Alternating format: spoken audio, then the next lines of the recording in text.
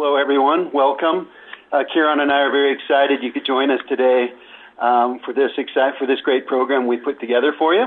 And as we were looking at the attendee list, it's hard not to notice we've got a really diverse group today with representing industries and companies from across the United States and a few abroad. So really excited you could join us today. So moving into the presentation, we thought a place to start would be to give you a little bit of context around who is Talentwave. So with that, just a high-level primer, and this is really our basis for presenting the program today. We are really positioned as the most experienced provider of independent workforce engagement solutions in the country. And to wit, we have over 80 enterprise programs, and any given week we have thousands of independent workers that we're engaging on behalf of our clients so that they can provide their services. We also have a pretty extensive ecosystem of MSP and VMS partners. One of the things we're most proud of as a company is our positioning really as a vendor-neutral partner in the ecosystem, helping companies to work safely and cost-effectively with their contractors. We provide a number of services. Foremost among those is independent contractor compliance, as well as a number of engagement solutions, including agent of record, employment of record, employer of record, which is traditional payrolling solutions, and a number of higher order management services, including vendor qualification, sub-vendor engagement, and also talent re-engagement, literally helping companies build talent communities. And we'll talk a little bit more about some of those observations in the market and some of the work we're doing a little later in the program.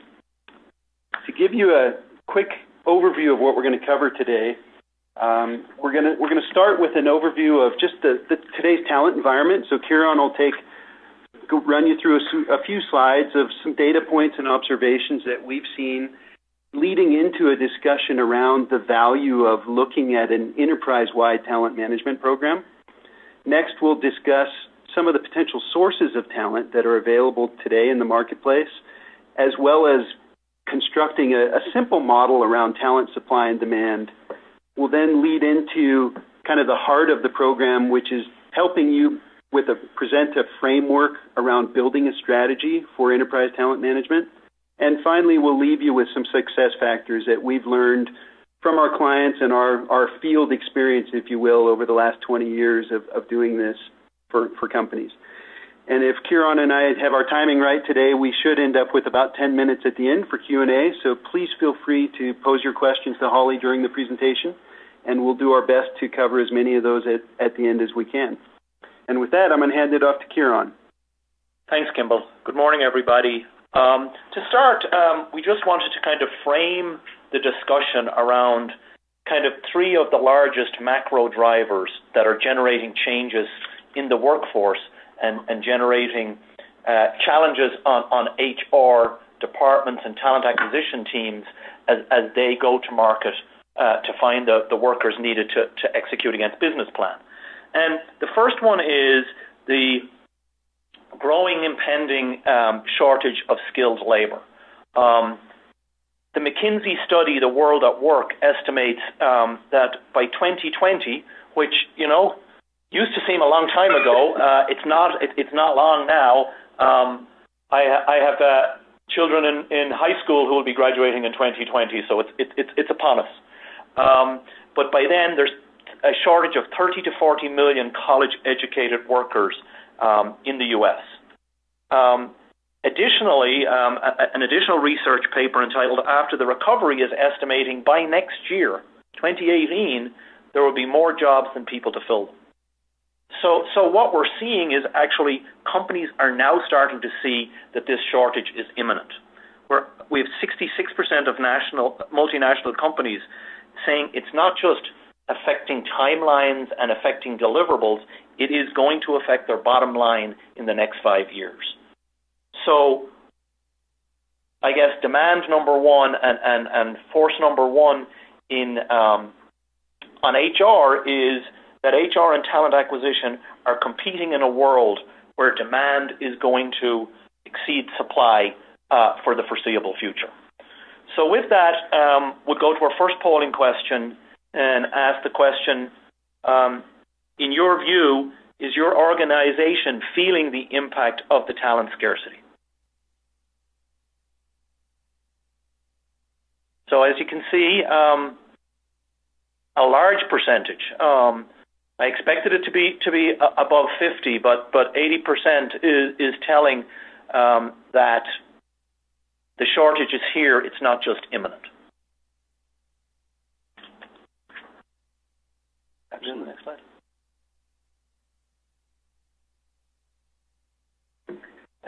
So the other thing that we find is, along with the shortage of skilled workers, is the shifting workforce demographics. And I think we all are aware of these, right? We're all aware of the impending exit of the workforce of the baby boomers. And on the other end of the scale, what a large percentage of the workforce will be made up by millennials. What I think is interesting is the numbers can be staggering or even frightening when you see these numbers. As a baby boomer, it's good to know that by 2019, so 2 years from now, all of the baby boomers will be 55 or older. So on the high-end, experienced, aged worker population, we have a huge percentage of workers marching towards retirement, which is going to, again, continue to put pressure on HR departments and on talent acquisition teams who have to plan for a future workforce. Aligned with that, by 2020, again, not too far away, 50% of the U.S. workforce will be millennials. And again, we all make fun of the millennials, and I'm sure we have a lot of millennials on the call, but we do know that they've grown up in a different environment where flexibility is key part of their life, where mobility is a key part of their life, and this will continue to drive stress on HR departments. Which kind of brings us to the last kind of driver, which is non-traditional employment. So as we see baby boomers looking for flexibility, they don't want to fully retire, but they're not ready to continue to work 40 hours. We have millennials who are changing the way work is done. The sands are shifting. The employer no longer defines the workplace. It's rather the employee or the worker's priorities and preferences that are going to dictate the terms of the agreement, whether that agreement is an employment agreement or if that agreement is some kind of a temporary worker agreement. It's around the dictation of what will work for the workers. Because some of the other numbers and facts are staggering. 60% of millennials say they plan to leave their job in less than 3 years. So again, massive turnover, massive churn, massive pressure on HR. The average tenure for millennial is 2 years in their job, compared to 5 years for a Generation X, or baby boomers stay 7 years. So more and more turmoil, more and more change, more and more need to be nimble and flexible in your work planning. So all of these trends are what's fueling the war for talent. So what we want to talk about based on those factors is how do you approach and plan for the war for talent. So before we do that, let's go to the next polling question. And we want to ask you folks if a contingent or a non-employee portion of your workforce is growing, stable, or declining.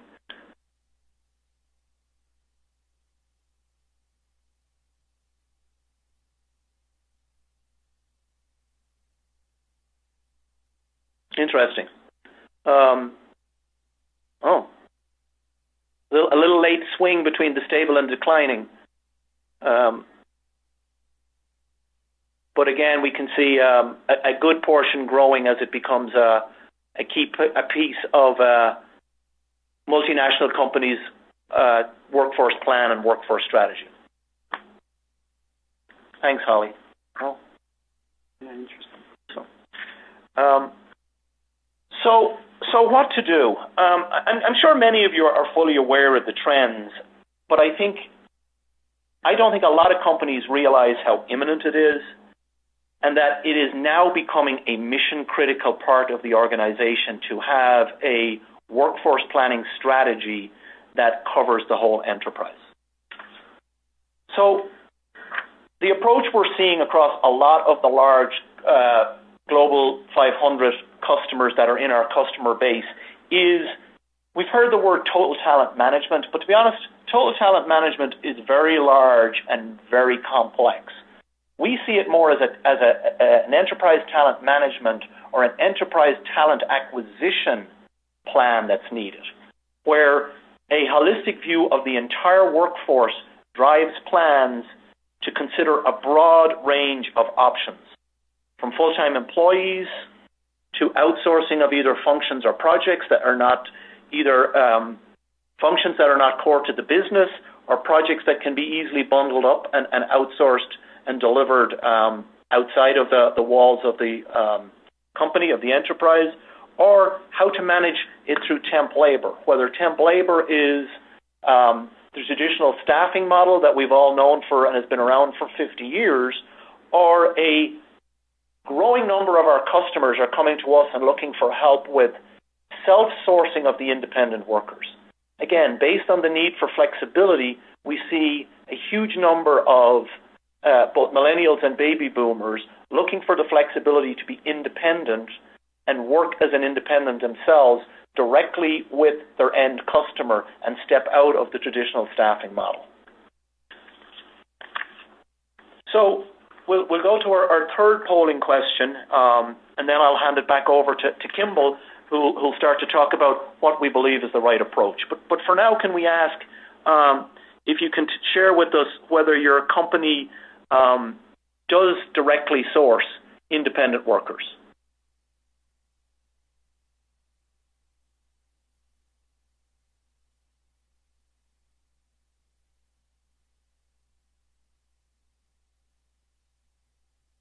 Interesting.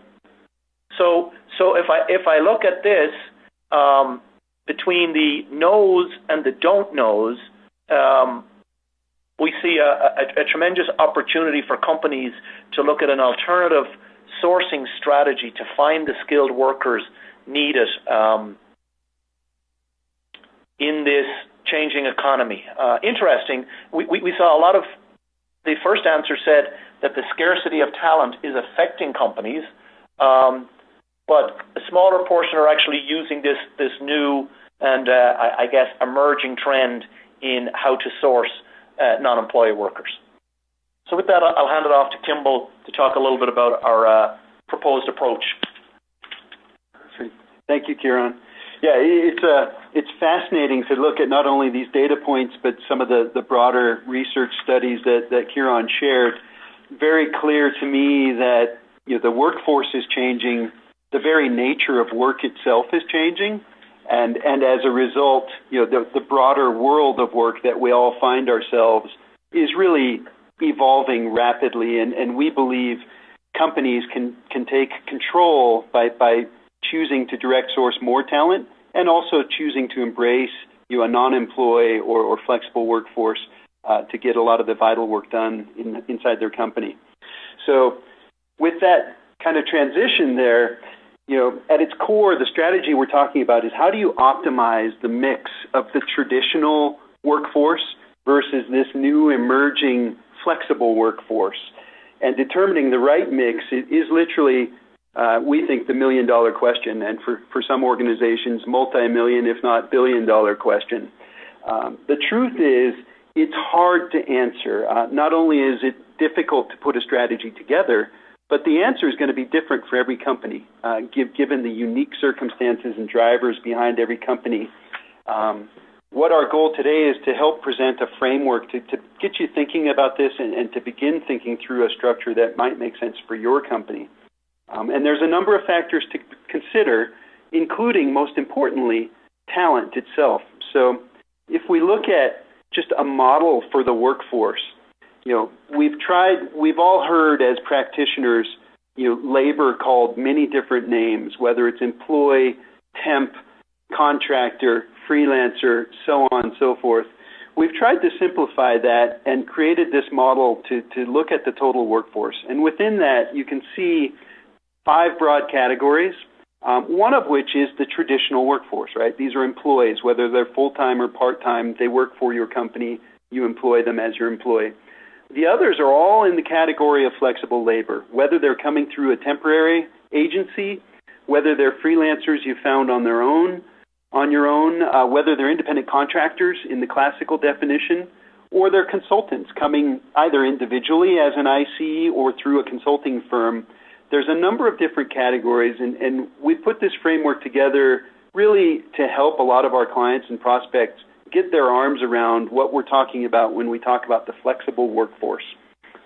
So at its core, this is a simplified framework just to look at the different categories of labor. Now, why is this important?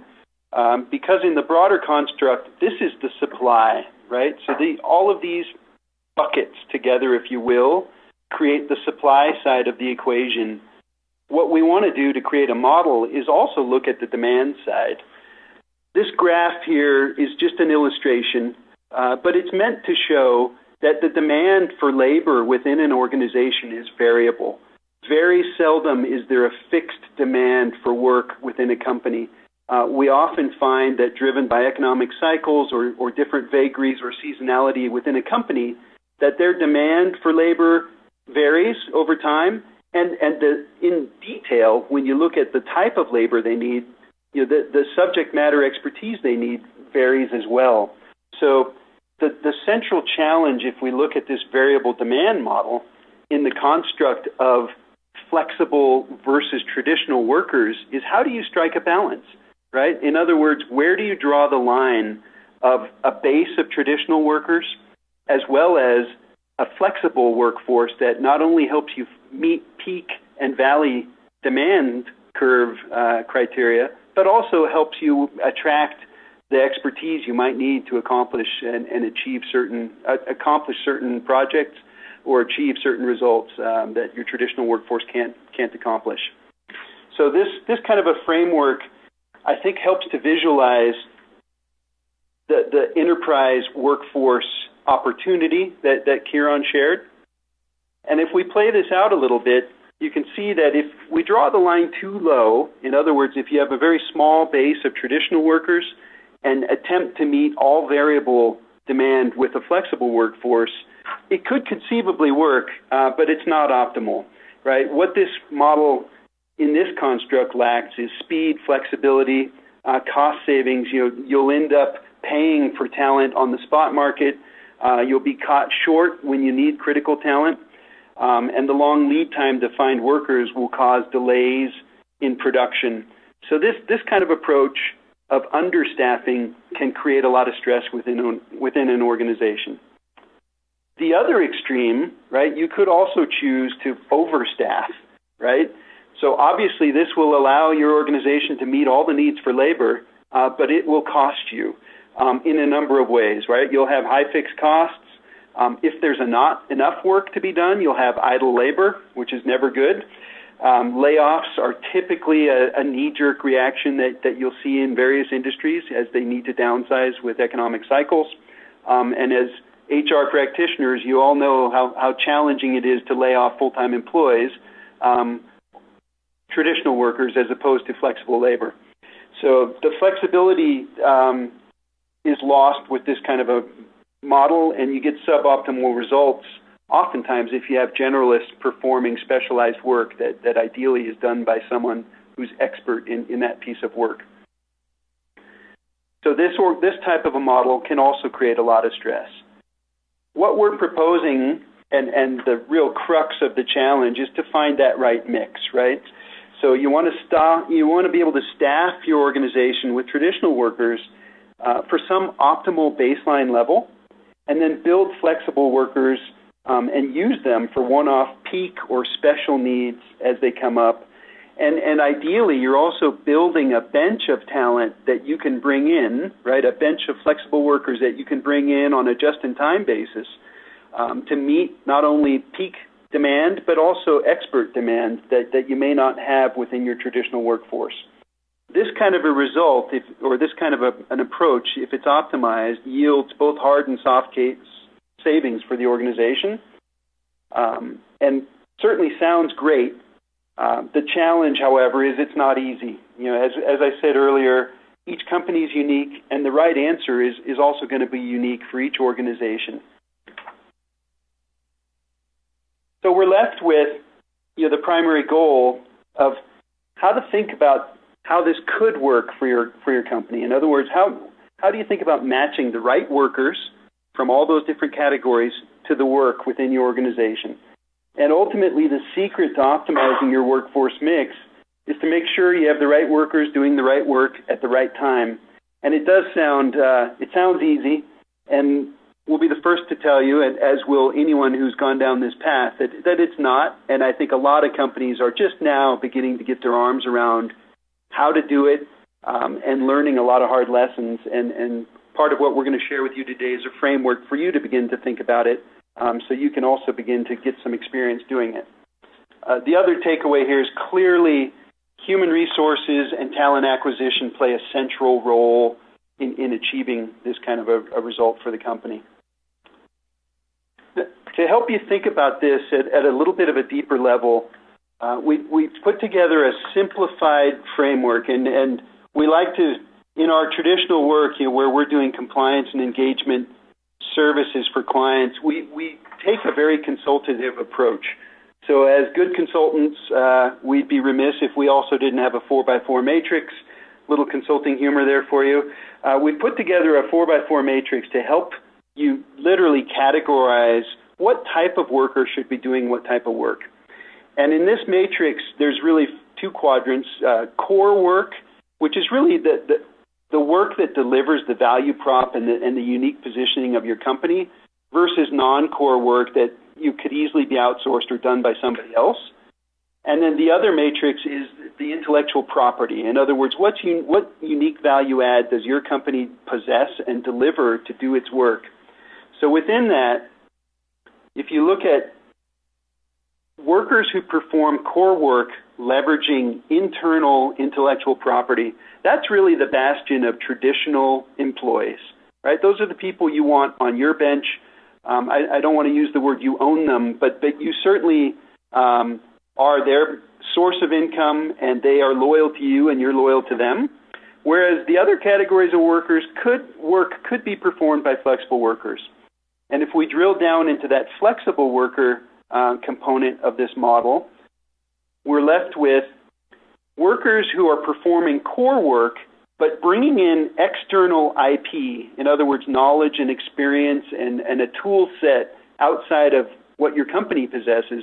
That's the traditional realm of consultants. Everything from McKinsey on down, consulting firms, that's part of their value they bring in, is that experience and best practices and intellectual property to work on your projects.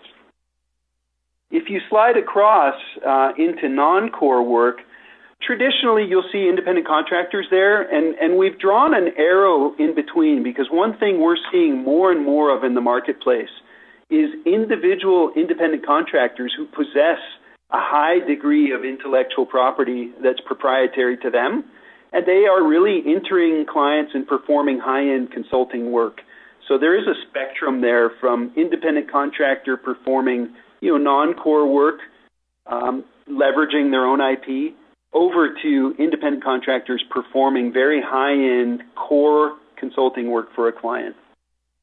And in this model, the last quadrant really is the workers performing non-core work, leveraging the company's IP, and typically under the direct management or supervision of a company manager. And this is the traditional realm of temporary agency workers and freelancers that you've sourced on your own. So this kind of a framework, I think, is important to keep in mind as we get into the strategic plan that we'll lay out here in a moment. And with that kind of a segue, I think the strategy is a key part of what we wanted to share with you today. And it's really where the tire hits the road, a high-level strategy that enables enterprise talent model to come to life. And like any strategy, I come from the world of management consulting. In the realm of strategy consulting, it's one thing to have a beautiful strategic plan. it's quite another to execute that strategic plan, and that's the hard part, right? It's pretty simple to pontificate and create an outline and a guide. The hard work is actually executing and doing. So hopefully after today, you'll at least have a framework for the plan, and then can begin the harder work of actually executing that strategic plan for an enterprise workforce model. Now with that, we've created a high-level framework, and I'm going to walk you through the kind of the 9 steps that we determined will help most companies start to get their arms around just how do I build an enterprise workforce model for my company. And it really starts with a simple yet complex task, and that is to map your current org structure, including all the non-employee or outsourced resources that are currently performing work. So the obvious place to start here is with your org chart, and after that, layer in all the supplemental labor or non-employee labor that's actually performing work for your company today. The second step is to clearly define all the work being done within those workers, right? So you've outlined your organization.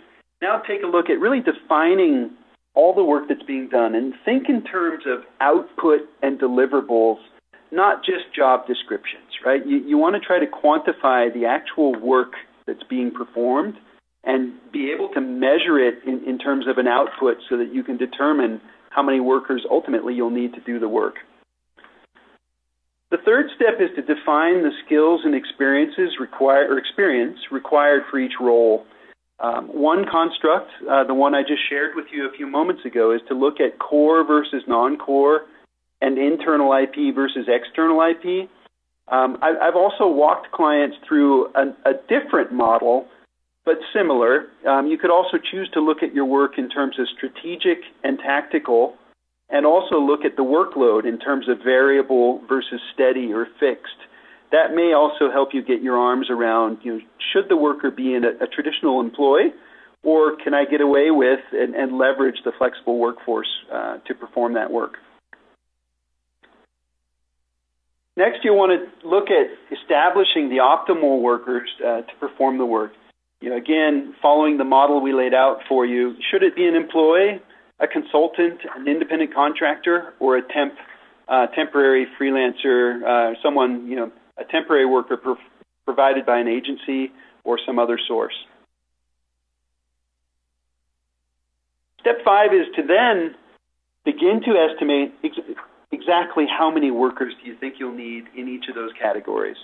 So you want to look at the workloads, and using the frameworks above, begin to think of how many workers within each category am I going to need, and also what sort of flexibility and cushion does your company need, or have you leveraged in the past? Again, there's a gray area here in terms of precision. Most companies choose to over versus underestimate this, and you can always fine-tune it as you move forward. A bit of a sidebar, but we found it's important. As companies go through this, they often find that it's an opportunity to revisit how things are being done. 10, 20 years ago, this was called re-engineering under the auspices of total quality management, TQM, but the principles still apply. So some considerations for you to think about: does all the work still need to be done, and can it be done more efficiently? Can any of it be outsourced? In other words, do we have to do this using our traditional workers? Could it be outsourced either as a process outsourcing or just to some other company? Can it be packaged differently? We find that a lot of work that's being done by traditional workers could easily be projectized, which is a term really to denote that the work could be unbundled. It doesn't need to be performed by an employee. It could be done more in discrete projects by flexible workers. And that may help you to refine your org structure moving forward. In other words, not all the work needs to be done by a traditional worker. You may be able to do it more flexibly and more variably using a flexible workforce. Next, based on your unique business, you'll want to decide on the appropriate mix of full-time equivalent, traditional worker versus flexible worker by category. Some companies choose to go down the approach, and I'm expecting this will be one of the questions we get at the end in terms of where do you start. Some companies don't do this for the enterprise as a whole. They'll pick a group or a specific role or a department to start. Again, use the decision matrix that we've shared with you today as a guide, and make some first order decisions as to what the right mix is for your company. Finally, step 8 is really to take a look at, do a little bit of discovery. Look at who do you have in place today. In other words, if you were to execute the model that you've just built for yourself, what's the talent that you already have in place, both in terms of traditional workers as well as the flexible workforce that you're engaging. And you'll want to ask yourself a few basic questions. Do you have the right people on the bus? Are those people in the right seats within your organization? And where are the gaps? Not only today, but where do you expect them to be in the near term and in the long term? Particularly relevant for those in the HR and talent acquisition space. You need to always have a look at today as well as into the future so you can begin to anticipate and meet demand as it comes. Finally, the last step that we've outlined in this process, once you've determined who the people are and who you have, you'll also want to address how are you going to fill the gaps as well as meet future demand, which we've put under the bucket of sourcing. How do you identify the suppliers of talent so that you can attract and find new workers so that you can ultimately be viewed as that client of choice for the independent workforce, and really supplement your internal and external recruiting using a variety of strategies, including the direct sourcing strategy we've talked about, as well as third-party strategy or suppliers, whether those are temp agencies or some of the emerging online staffing or FMS providers and marketplaces. And finally, you'll want to think about the working relationship that you want to establish between the workers and the organization.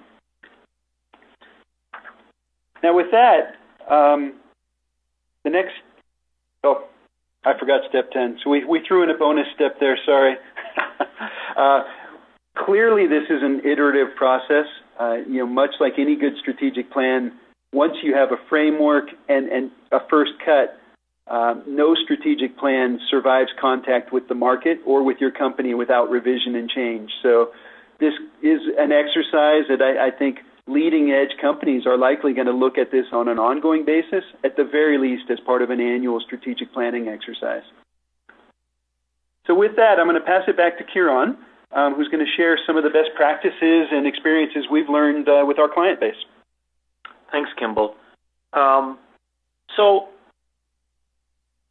now a very clear 10-step process, but who takes ownership and how do you deliver? And it can't be obviously just HR alone that can be responsible for the building and the delivery of a strategic plan. It takes a village, right? And if you look at the steps and some of the areas that the strategic plan asks you to take a look at, it's going to require a lot of collaboration across the enterprise. It's going to need input from finance. It's going to need input from legal and compliance, but it's going to need a lot of input from the business stakeholders that the HR and talent acquisition teams are working for as their end customer. But from an ownership standpoint, what we've seen is more and more collaboration between HR and procurement. I've been in the industry 16 years, and I would say for the first 12 years, any of the customers and prospects that I worked with, either procurement or HR owned the non-employee workforce. But it was either or. It was like never the twain shall meet. It was kept very, very siloed and very separate. But in the last 3 to 4 years, this is changing considerably. And it makes sense. I mean, think about what we've talked about. We've talked about a need for a broad set of skills across both talent acquisition, HR, and procurement in order to deliver on a workforce plan that's going to be able to compete in a scarcity of talent, workers looking for more flexibility, etc. So I honestly believe in the next 3 to 5 years, we will start to see the emergence of almost a shared service group that combines the workforce planning skill set, the talent acquisition skill set, strategic sourcing from procurement, and supply chain management from procurement. So more and more we're going to see a convergence of the skills and competencies from both teams to deliver the solutions needed to basically keep the businesses up and running and make sure that the workforce is available to execute against executive management's business plan.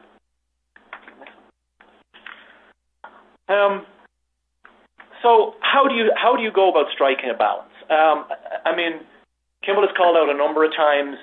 It's very different by customer. I honestly believe it's even very different by industry. In industries that use a lot of emerging new technology, you will see a bigger use of non-employee workers, leading edge. In more traditional manufacturing and the like, I think you will continue to see a larger portion of the workforce being full-time employees. But we just put this in to give a guideline as to what it could look like. And it really is unique to your industry and your company. I've worked with a number of large consulting companies where some of them plan for up to 50% of their workforce to be non-employees because they're staffing on and off large projects for their end customers. They're using emerging technologies that they haven't built a core competency within, so they have a plan and a clear strategy to be able to source those skill sets outside of their full-time hiring process. I've worked with a very large West Coast, well-known software company where they had a clearly defined strategy of 30% of their workforce would be temporary. Some of it was seasonal-based. Some of it was just the nature of their work, the nature of software and software releases, product releases and the like, really lend itself to the ability to have a flexible workforce. But I think a clear and thorough plan will start to break out and have targets in terms of what's my target non-employee percentage, and then within that, what are the different sources of labor that we're going to build into our supply chain and be able to fill as needed to serve the business. And then kind of to start to summarize, what we're seeing with our customer base and basically what the Talentwave business model is built on is the fact that more and more of the workforce want to be independent. We have a shrinking workforce. So if you put those two together, a larger percentage of workers in a shrinking workforce is going to be independent workers. We are seeing more and more of our customers asking for strategies around how to manage the independent workers.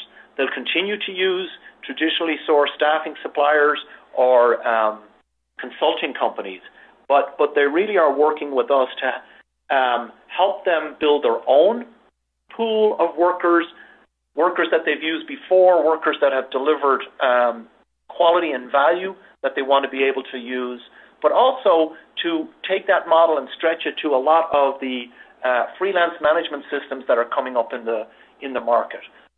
You may know some of the names. Upwork is one that's clearly focused on workers who can deliver work in a number of hours or a few days, to high-end, the hire.coms of the world, where many of our customers are looking for high-end professional IT workers for extended periods, or to a Catalent where they want to outsource a piece of work to a well-qualified business consultant. But how do I put that all together in a strategy? And that's kind of where, as I said, we've built our business model, but where we're seeing a lot of our customers take it in terms of help me manage that. And when we say help manage that, not only is it how do I source these, but how do I manage them? How do I manage my risk? And how do I ensure that the workers are classified correctly so that me and my company are protected from any kind of misclassification lawsuits, either from the workers themselves or from government agencies. So in closing, what we're really seeing is a broad strategy, categorized clearly my full-time, my non-employees, and then within my non-employees, how am I going to manage direct sourcing through a staffing supplier? How am I going to go through my large consulting companies? Or where we're seeing the most questions, where we're seeing the most interest is in how do I manage this burgeoning population of freelancers, of independent workers who want to be able to come in, as one colleague I used to work with, what they're looking for in a relationship is the opportunity to come in, work with a well-known brand and a well-known company, and leave with a better LinkedIn profile than they came in with. So I think with that, we're ready to open it up for Q&A. All right, thanks guys so much for sharing your expertise and offering some really great best practices in talent acquisition. We have had a few questions come in during the webcast, and I'm sure we can get to those in the time that we have remaining. And HCI members, if you haven't yet submitted questions for Kimball and Kieran, please do so in that question and answer box. So our first question comes from Alina. It's either Alina or Alina. Sorry if I'm mispronouncing that. And she says, what about hiring in a lab or manufacturing environment where we cannot offer the flexibility that today's quality talent wants? So, I mean, I would think in an environment like that, the workers coming in looking for that obviously have realized that they don't have the flexibility, but I do think what they're looking for would be a great experience. Like I said, the ability to update my LinkedIn profile so that whether I come in for a 6-month engagement or whether I'm going to be an employee for 2 years, is the work challenging? Is it appealing? Is the environment appealing so that A, the experience is good, and B, I am a better worker with a better, I hate to keep going back to the LinkedIn profile, but do I have a better profile to take to market after the engagement I've had in your lab environment? You know, I would concur with that answer. And I think a lot of our clients that face a similar dynamic, not only from just recruiting challenges, but also the structure of their work, they're really rethinking their company environment. Many HR practitioners have focused on being an employer of choice for traditional workers. I think the concept of being a client of choice for flexible workers really has validity here because there are many different, to Kieran's point, there are many different ways of structuring work, right? When we think of flexible labor, the traditional sense is to think of an hourly temp, right? But many of our contractors that we engage for clients are long-term projects. And I think, in a lab environment, maybe rethink how you structure some of that work so that it would lend itself to better attracting some of the workers that still want flexibility, but are also willing to make a commitment to achieving an SOW or a certain defined result for you. All right, awesome. Thanks, guys. And we'll take a question from Jennifer. And she says, she actually wants you to please clarify again, what is the difference between an independent contractor and a freelancer per your definition? Of course.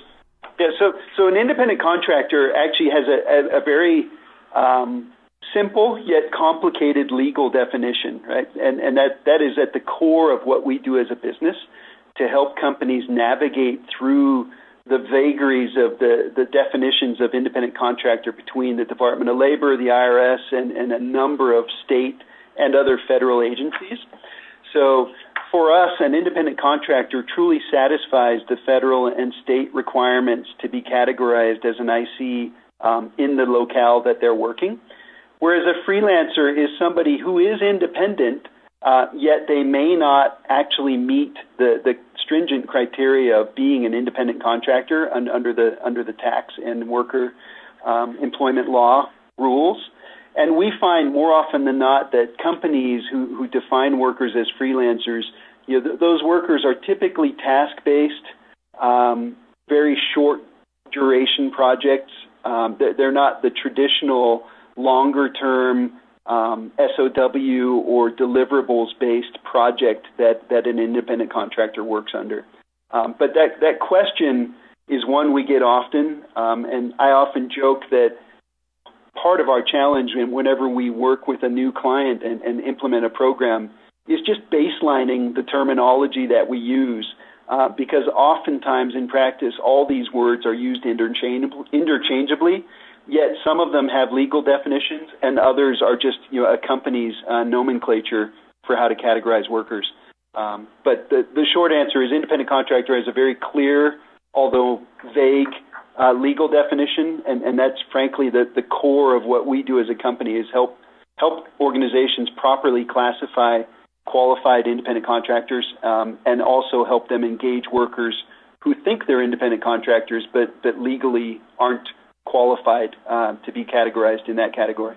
Yeah, so just to clarify maybe a little bit, so when we go through that classification or evaluation, we would come out and say this worker doing this work does qualify as an independent contractor, and therefore, Mr. Customer, you can engage them under a 1099.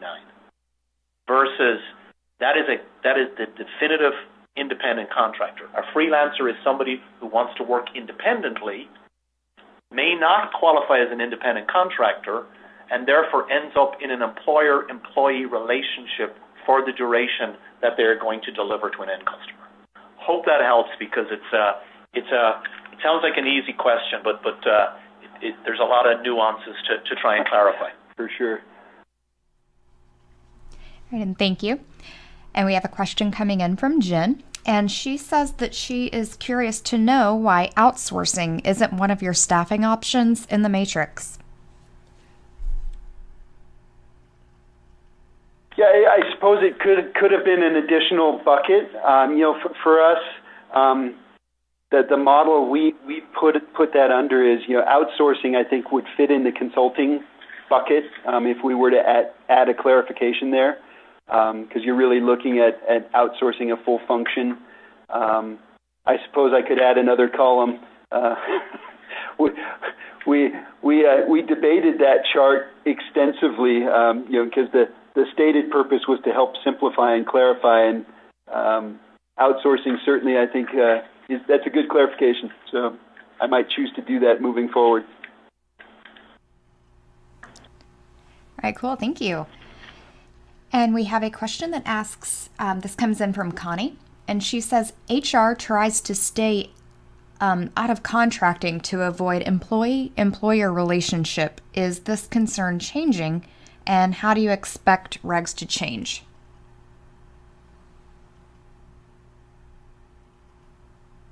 Yeah, boy, that's a great question. Maybe we can take that in reverse order. So, we clearly have a new administration that I think is more business friendly than the prior one.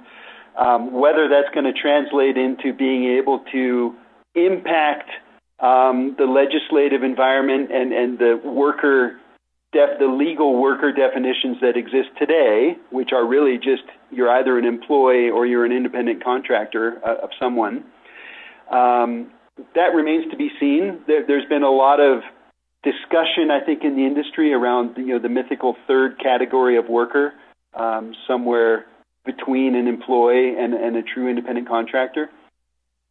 The other question around HR staying out of contracting, part of our role as a company is to offer engagement solutions where we can literally be in the middle of that equation and can be a contracting vehicle on behalf of the company to engage non-traditional labor. So, I think that it's a constantly evolving mix, and we'll see if legislation changes here over the next 4 years with the current administration.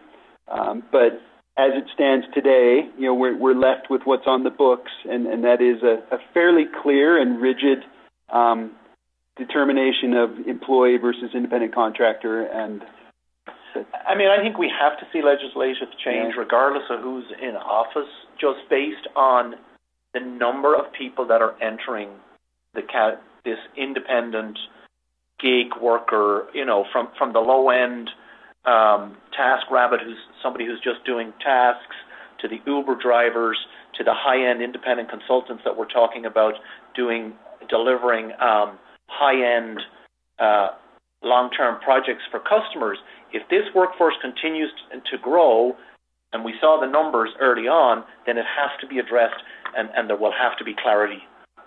Whether that comes at a state level or at a federal level remains to be seen. All right, thanks, guys.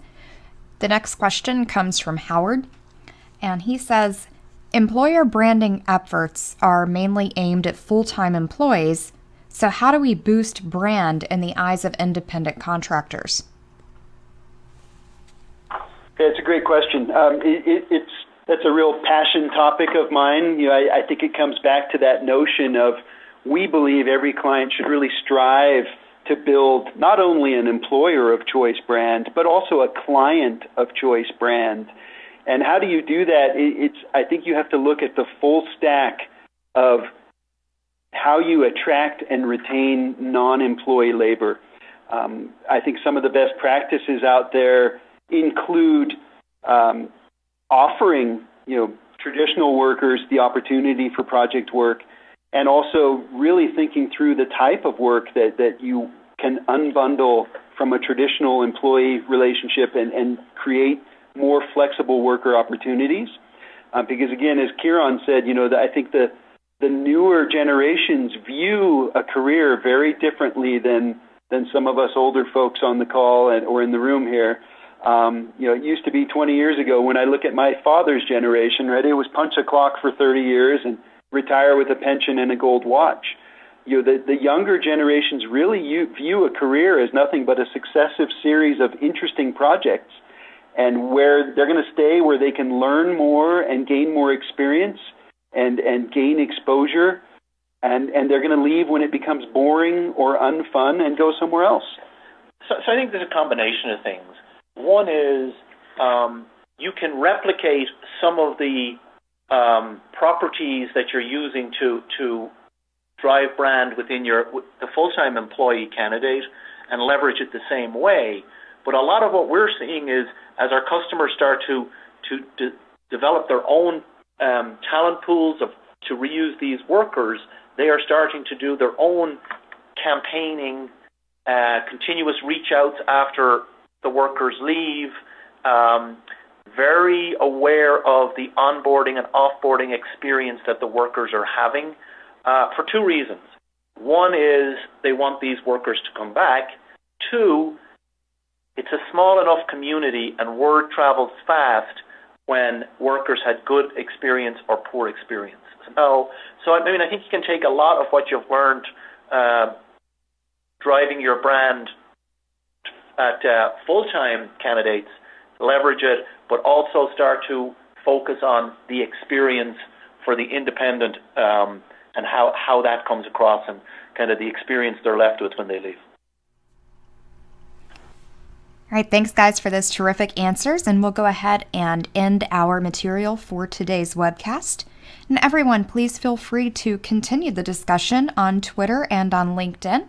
And I'll say one more thank you to everyone at Talentwave for making today's webcast happen.